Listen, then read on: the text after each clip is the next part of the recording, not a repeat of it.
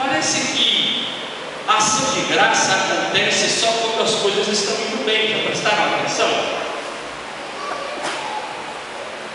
Um exemplo. Ainda que de brincadeira, as pessoas dizem assim: eu não vou fazer aniversário esse ano, não vou fazer festinha, porque esse ano foi tanta coisa ruim que aconteceu que eu não vou nem celebrar. Não é assim?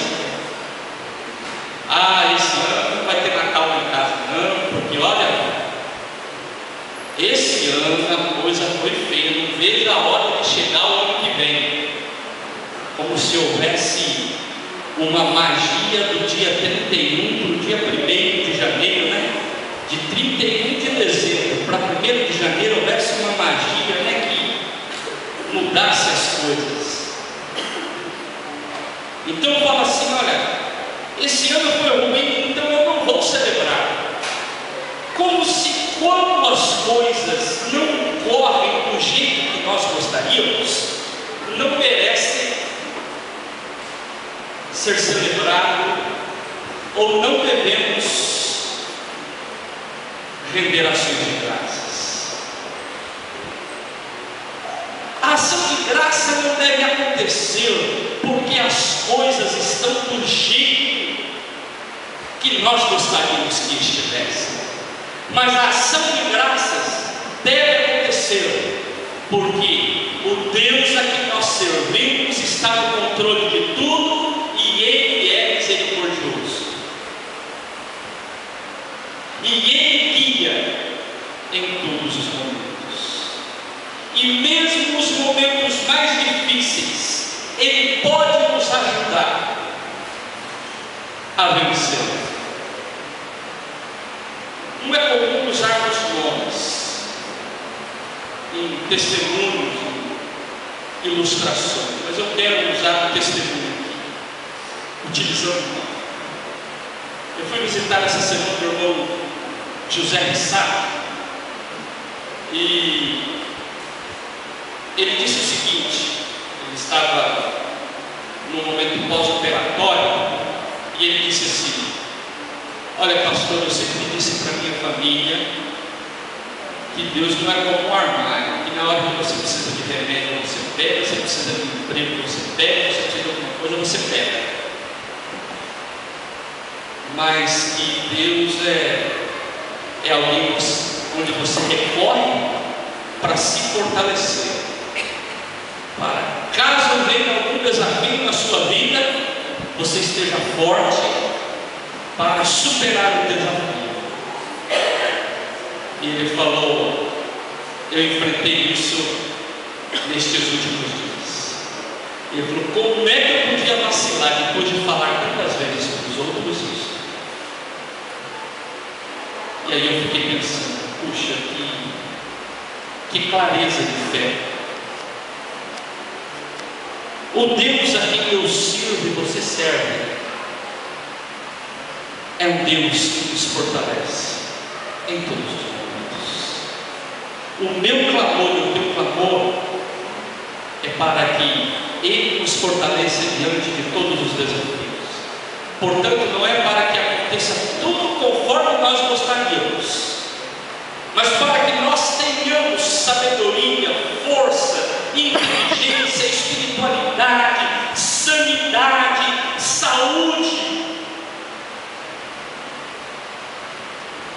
para enfrentar todos os desafios da vida. E aí então o Salmo 136 nos ajuda a entender isso, a dizer: olha, louve a Deus, renda graças a Deus, porque Ele criou o universo. Louve a Deus, porque nos momentos que a gente estava lá no deserto, lá no Egito, e quantos de nós já passamos pelo Egito da vida? Você já passou pelo Egito da vida? Já? Você já se sentiu escravo em alguns momentos e precisou de uma intervenção de Deus, do Deus que liberta, que ajuda, que intervém de forma milagrosa na tua história? E aí, claro, nós precisamos de fazer uma aplicação inteligente, sábia, deste salmo. Quantos de nós já não vivemos na nossa história um deserto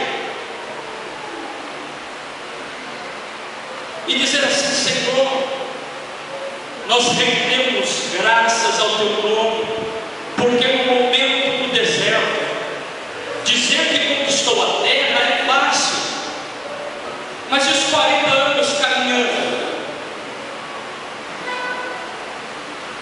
E as dificuldades na conquista dessa terra prometida? Porque aqui diz que eles tiveram forças para vencer os reis, e eram reis fortes daquela época. Eles venceram estes reis e ocuparam aquelas terras. Quantas vezes eu e você não nos sentimos no deserto, e é neste deserto que Deus age e nos fortalece? E aí dizer: Senhor, obrigado, porque foi neste deserto que eu experimentei a Tua graça e tive a oportunidade de alcançar a terra prometida. Poder dizer: Senhor, obrigado, porque o Senhor faz grandes coisas. O Senhor nos livra no tempo do abatimento. Quantas vezes não nos sentimos abatidos na caminhada? Às vezes as pessoas pensam que vão ser fortes sempre. Esta semana, num momento de diálogo, com uma pessoa, falando sobre as fragilidades do ser humano, eu fiz uma abordagem rápida, psicológica, de alguns personagens bíblicos. E aí eu fiz uma abordagem rápida sobre Elias, para falar da fragilidade que às vezes nos abala. O Elias, que tinha acabado de vencer 450 profetas de Baal, que estava se sentindo tão forte, tão cheio de Deus, que falou assim: o Deus de vocês não manda fogo, o meu vai mandar fogo, porque eu vou colocar até a água aqui. Ele estava se sentindo tão cheio que ele faz isso. Passa um pouquinho, uma mulher fala que vai cortar a cabeça dele, a Jezabel. O que ele faz? Sai correndo e se esconde numa caverna. E aí, como nós temos no meio da igreja alguém que passa ou por depressão ou por algum problema difícil no campo psicológico, psiquiátrico, nós achamos que as pessoas têm que ser fortes sempre. Não. Há momentos de fragilidade das pessoas. Há outros personagens bíblicos. Este não é o tempo do Senhor, mas dizer: na nossa fraqueza, na nossa fragilidade, no nosso abatimento, Deus se faz presente. Por isso nós podemos render graças. E o ato de render graças não é porque tudo está dando certo, é porque quando acontece coisa errada, nós contamos com o Deus misericordioso que está ao nosso lado. Quando as coisas não acontecem do jeito que nós gostaríamos, nós rendemos graças, porque nós temos um Deus parceiro, um Deus que está do lado. No entanto, o Espírito Santo de Deus é chamado de Paráclito, aquele que está ao lado, aquele que caminha ao lado, que não nos abandona.